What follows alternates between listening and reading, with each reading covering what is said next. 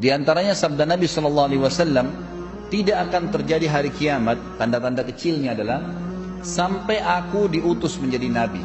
Sudah diutus menjadi Nabi SAW. Meninggalnya aku. Nabi SAW sudah meninggal 1400 tahun lebih yang lalu, Bapak Ibu sekalian. Itu tanda-tanda hari kiamat juga. Kemudian kata Nabi SAW, juga tersebarnya penyakit taun yang banyak diantara kaum muslimin terbunuh. Ini sudah terjadi zaman Umar bin Khattab radhiyallahu anhu. Tersebarnya fitnah diantara kaum muslimin, dan itu juga dengan meninggalnya Umar bin Khattab. Kemudian terbebaskannya negeri Furs, Persia, dari kekufuran mereka, dan mereka masuk Islam. Ini juga terjadi zamannya Uthman bin Affan, zamannya Umar bin Khattab. Lalu kalian akan mendapatkan Masjid Aqsa, dan itu zaman Umar bin Khattab juga sudah terjadi. Jadi tanda-tanda kiamat kecil sudah berentetan, sudah terjadi semua ini. Dan yang sekarang kalau kita mau deret semua itu banyak sekali.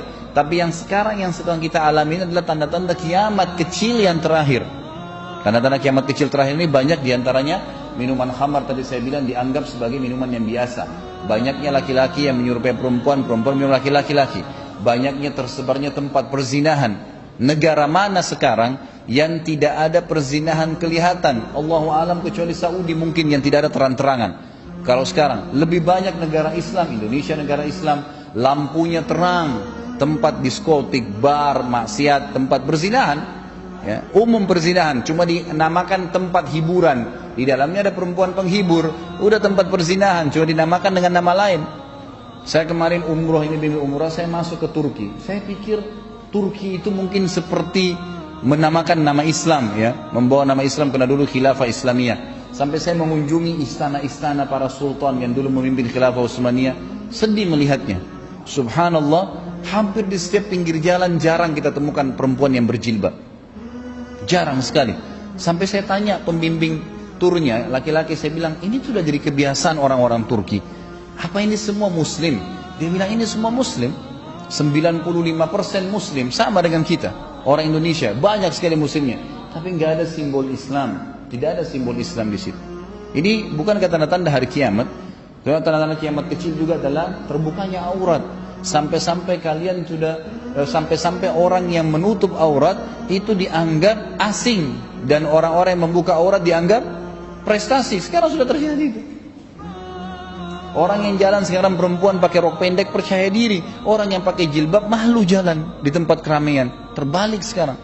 Makanya sabda Nabi SAW, Islam itu bermula asing dan akan kembali asing nanti, tanda-tanda hari kiamat. Maka beruntunglah orang-orang yang dianggap asing pada saat itu. Banyak tanda-tanda hari kiamat. Satu-satunya tanda-tanda kiamat kecil yang belum terjadi adalah Malhamah Kubra namanya. Malhamah Kubra ini adalah perang besar-besaran terjadi antara Islam sama kekuatan Nasrani. Saya bukan menyebutkan ini kemudian mengatakan kita harus perang, bukan. Ini memang hadis Nabi yang menyampaikan masalah itu.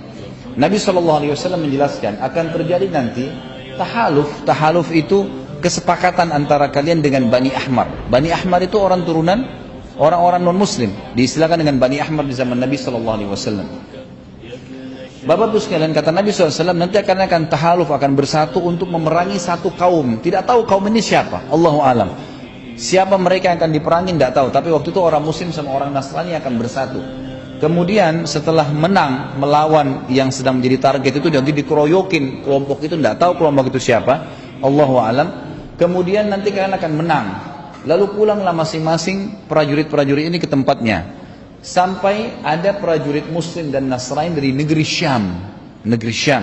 Jadi negeri Syam itu sekarang Syria, Lebanon, Palestina dan Yordania. Jadi dulu negeri Syam namanya. Lalu kemudian orang-orang prajurit-prajurit Nasrani mengangkat bendera salib sambil mengatakan, kamilah yang memenangkan peperangan, ini kemenangan Kristen. Maka kata Nabi SAW, prajurit-prajurit muslim tidak bisa terima dan mengatakan, kami juga memenangkan peperangan, kami tidak bersama kalian. Intinya adalah cekcok di antara mereka dan akhirnya terjadi perang kecil. Dan kata Nabi SAW, kelompok itu muslim yang sedang membela pada saat itu, yang sedang terjadi perang kecil, Allah akan karuniahi mereka mati syahid. Semua mati syahid pada hari itu, terbunuh, gitu kan? Tapi tidak disebutkan jumlahnya. Lalu ada sisa pasukan keesokan harinya di negeri Syam yang sepakat untuk membela saudara-saudara yang sedang dibunuh kemarin.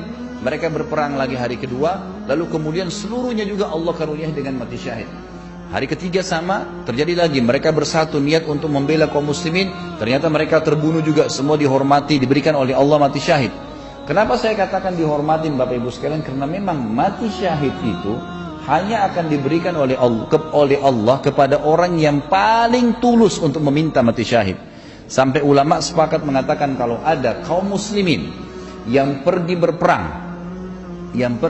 di jalan Allah, kalau dia masuk memang dia ingin berperang, pastikan dia tidak akan mati kecuali dia sangat tulus. Jadi nggak bisa. Orang yang mati syahid itu orang betul-betul merindukan syahadah baru bisa. Ada teman saya, dia cerita, teman dekat saya dulu, sama-sama saya waktu itu saya ketemu di kota Makassar. Dia juga seorang dai, saya tidak usah sebutkan namanya. Tapi pada tahun 1990 dulu lagi ribut antara kaum muslimin dan fatwa ulama tentang jihad di jalan Allah melawan Uni Soviet. Maka beliau sempat ikut dari Indonesia berangkat ke sana. Lalu kemudian pada saat itu dia cerita sama saya cerita masalah fadilahnya orang yang mati syahid, bagaimana dia bisa memberikan syafaat 70 keluarganya masuk surga tanpa hisab, dikubur dengan pakaiannya, dia akan tidak ada lagi pertanyaan mungkar dan nakir di kuburan. Semua dosanya diampuni kecuali utangnya, dia akan dibangkitkan dalam kondisi seperti itu, ya, kondisi dia waktu dia meninggal dunia dan darahnya keluar menetes mengeluarkan bau lebih wangi dari bau kasturi. Kemudian dia masuk surga tanpa hisab dengan tingkat tertinggi di surga dan beragam macam fasilitas, gitu kan? Maka saya bilang itu fadilah luar biasa. Dia bilang subhanallah. Terus saya bilang orang yang masuk medan perang, setahu saya ulama bilang tidak sembarangan mati syahid. Dia bilang sama saya tiba-tiba, saya alamin itu. Dia bilang akhi, dia bilang saya alamin. Saya bilang gimana antum alamin? Dia bilang saya pernah ikut waktu itu. Sebagaimana antum tahu pernah saya ikut di perang di jihad itu. Kemudian saya pernah jalan di sebuah tempat, kami menghindari peluru orang-orang Rusia yang banyak sekali.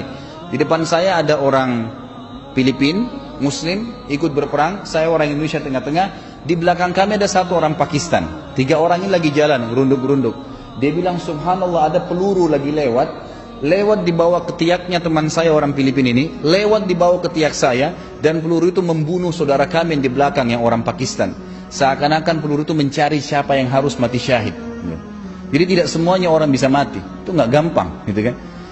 Maka ini termasuk sebuah karunia. Orang kalau bisa mati syahid tentunya, ini punya fadilah tersendiri.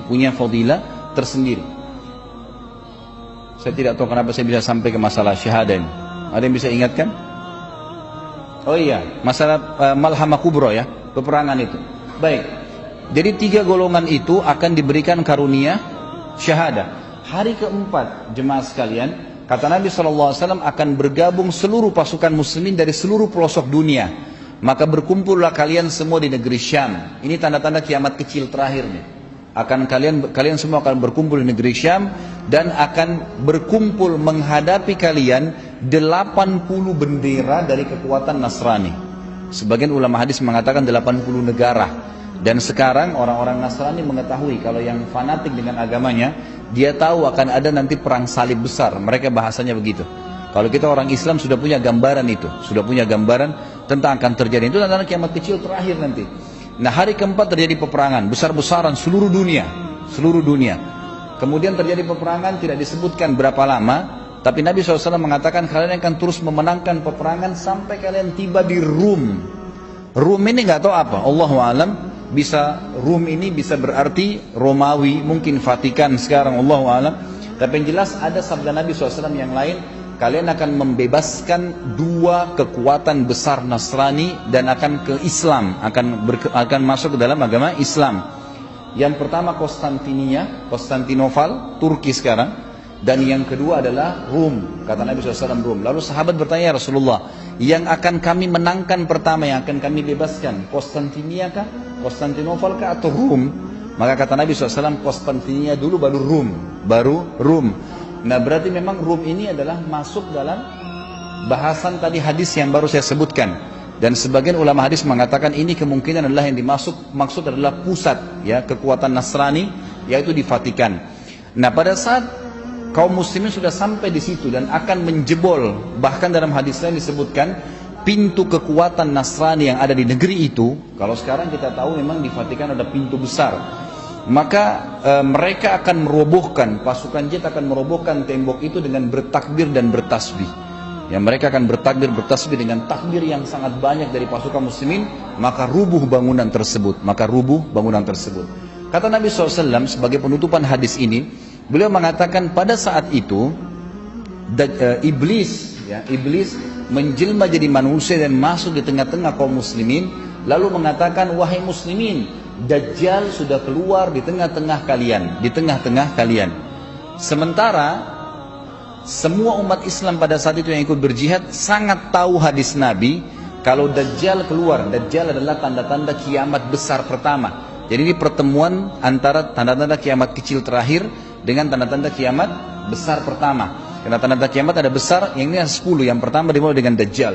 Maka kata Nabi SAW, iblis akan menjelma jadi manusia dan berkata, wahai muslimin, akan keluar atau telah keluar Dajjal di tengah-tengah keluarga kalian. Dan muslimin pada saat itu sangat tahu hadis Nabi. Ya, kata Nabi SAW, akan keluar Dajjal nanti di akhir zaman. Siapa di antara kalian yang mendengarnya keluar di satu tempat, maka dia menjauhinya. Maka dia menjauhi tempat itu, pergi jauh, jangan sampai mendekat, gitu kan? Dan siapapun, walaupun dia harus ke gunung, jangan seseorang di antara kalian berkata iman saya kuat lalu dia menghadapinya, maka dia menjadi pengikutnya. Karena Dajjal akan mengaku sebagai Tuhan. Akan kita bahas nanti bagaimana Dajjal, ciri-cirinya, dari mana dia keluar, bagaimana kerusakan yang akan dia lakukan, itu ada semua bahasan sendiri. Tapi saya akan bahas transisi daripada atau tanda-tanda kiamat kecil terakhir ini. Kata Nabi SAW, maka pada saat itu seluruh mujahidin menyebar. Seluruh mujahidin kembali ke rumah-rumah mereka, karena mereka khawatir jangan sampai Dajjal sudah keluar di tengah-tengah keluarga mereka. Maka pada saat itulah jemaah sekalian, kata Nabi SAW, bubar seluruh muslimin, tidak jadi merubuhkan Rum, kemudian tapi sudah bebas dari kekufuran. Kemudian pada saat itu keluarlah Dajjal di tengah-tengah kaum muslimin dari sebuah kota atau wilayah di Khurasan. Khurasan ini di Iran, yang bernama Yahudiyah. Dan subhanallah, kota itu sekarang ada di Iran, namanya kota Yahudiyah, mayoritas penduduknya Yahudi. Kata Nabi SAW, Dajjal akan keluar dari situ diikuti dengan 70.000 dari orang Yahudi. Orang Yahudi Asbahan. Asbahan ini wilayah Iran itu, wilayah Iran. Allah